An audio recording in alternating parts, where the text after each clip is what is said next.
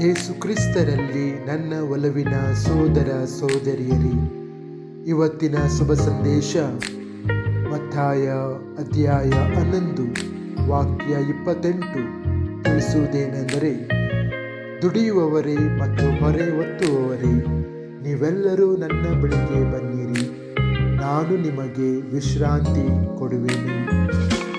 ಪ್ರಾರ್ಥನೆ. ಕರ್ತನಾದ ಯೇಸುವೇ, ನನ್ನ ಹೋರಾಟಗಳು, ನನ್ನ ದಣಿವು ಮತ್ತು ನಾನು ಹೊರುವ ಹೊರೆಗಳನ್ನು ನೀವು ನೋಡುತ್ತೀರಿ. ನಿನ್ನ ಬಳಿಗೆ ಬರಲು ನನ್ನನ್ನು ನಿಧಾನವಾಗಿ ನೀವು ಕರೆಯುತ್ತೀರಿ. ವಿಶ್ರಾಂತಿ, ಶಾಂತಿ ಮತ್ತು ಶಕ್ತಿಯ ಭರವಸೆಯನ್ನು ನೀಡುತ್ತೀರಿ. ನನ್ನ ಮನಸ್ಸನ್ನು ತೊಂದರೆಗೊಳಿಸಲು ಚಿಂತೆಗಳನ್ನು, ನನ್ನ ಆತ್ಮವನ್ನು ಹೊರೆಯುವ ನೋವುಗಳನ್ನು ಮತ್ತು ನನ್ನ ಶಾಂತಿಯನ್ನು ಭಂಗಗೊಳಿಸುವ ಭಯಗಳನ್ನು ತೆಗೆದು ಹಾಕಿರಿ.